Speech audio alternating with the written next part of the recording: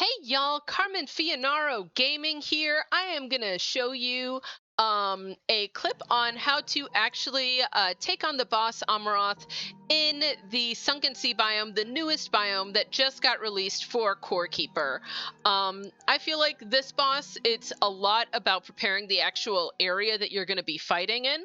So I've actually put down a whole bunch of tiles around the whirlpools where the boss does show up to make it easier to maneuver without needing to use the boat. Now, I've also seen people use the boat, and that works really well for them. I'm not as comfortable with the maneuverability for that, so I recommend having a lot of bridge tiles and floor tiles to fill that in. As you go through the fight, that is going to get harder and harder because there are going to be tentacles that pop up and try to smash you. So just be aware that that is going to be a thing that exists in the world, and that is kind of the trade-off there of having that ground plan. The benefit, though, is that when you are dealing with the boat, you really need to deal with all of the tentacles as they sprout up. When you have a ground plan, you can ignore some of the tentacles a little bit more. So there is a trade-off there. Like I said, this is the way that I prefer. So as you kind of go through and do that, I have beaten this boss once before. This is the loot that I got from him. So this is kind of from my experience. Beating him and also whiffing on him quite a few times. Yeah. But I do feel like the gear that you bring into the fight is really important. I have the Scholar's Hood, Scholar's Cloak, and the Scholar's Staff, all of which are drops in the Forbidden Cities in the Sunken Sea. I do have my Octarine Pants. I'm going to have my Octarine Shield, but I'm going to have to unequip that briefly to summon the boss. Ocean Heart Necklace was in one of the secret seashell chests, I believe in the middle of the ocean, in the middle of one of the walls, actually, because they've got hidden chests in the middle of, like, walls, which is very exciting. And a whole other point, the Spine Ring, which I found here, which does a buff against bosses, and also the Ancient Guardian Ring. There is also a potion that gives you a buff against bosses. I recommend using it. I am not going to be today because I did not make them just now. So we're just going to roll with it. As you can see, I've already had a couple bloopers here, so it's going to be fun. But we're gonna roll with it and see what happens. So one of the most important things here is getting your food buffs on. That is always super important, I feel like, to the fight. Those are really valuable things to have. Food buffs are anyways, I think. Also, obviously, your other buffs that are super important are going to be from your potions, so we're going to make sure that we have those ready to go. So we're going to go ahead and summon the boss here. Excellent. Now, as soon as we do that, we do want to switch to putting that there, this down here, and getting some more potions going and ready to go to fight him, because that is going to be important.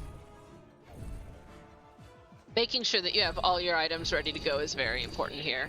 And there's a lot of things that you want to have your hands on beforehand too, so definitely recommend being ready to swap out what you've got going here pretty quickly. So I'm going after the boss with more of that ranged strategy.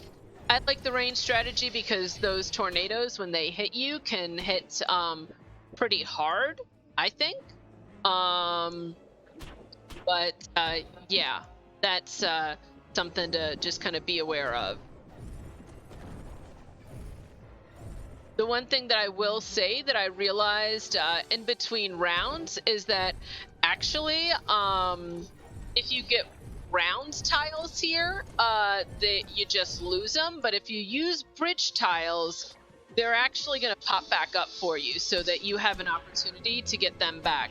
The other thing too that is beneficial, honestly, in all boss fights now, once you've actually defeated Azios, is that your melee damage does have the potential to actually get that that summon that like weird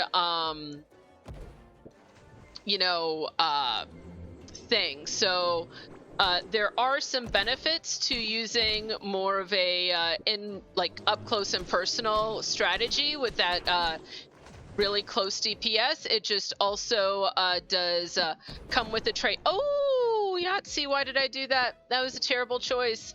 I should not have done that choice. It was bad choices by all. Do not do that. It was a bad idea, guys. It was a bad idea. Be careful about trying to blow up the tentacles, because that can go very wrong for you if you are not careful. As you can see here.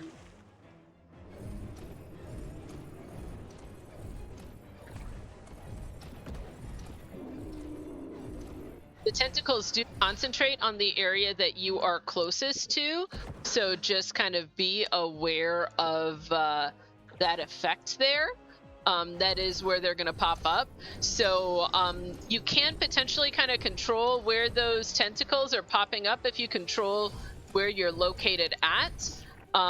So that is a possibility there.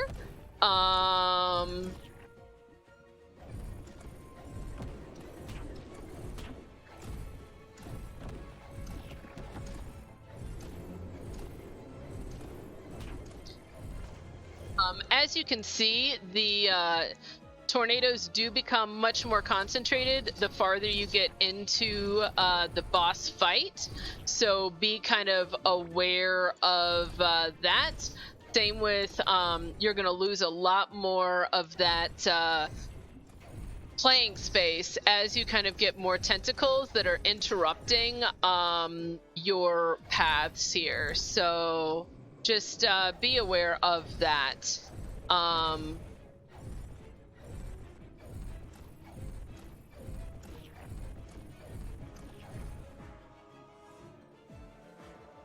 He's gonna pop up here.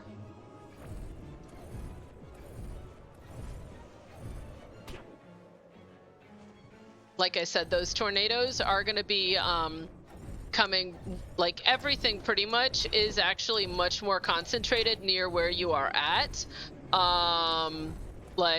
So that is also super fun about this particular boss compared with others, where it can be a little bit more random, but all of that stuff is going to be right concentrated on where you are located. So things get a lot hairier very quickly. He does spawn in all of those different pools.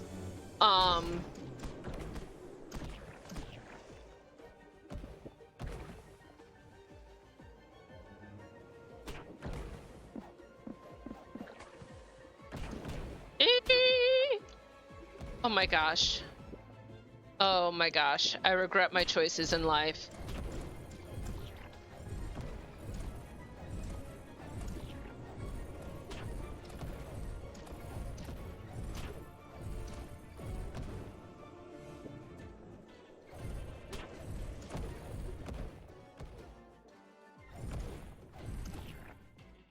Okay.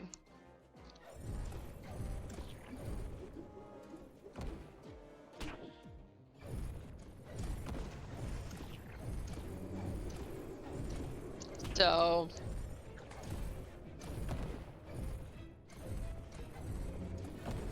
just focus on the boss and we should be able to get him down. Whew.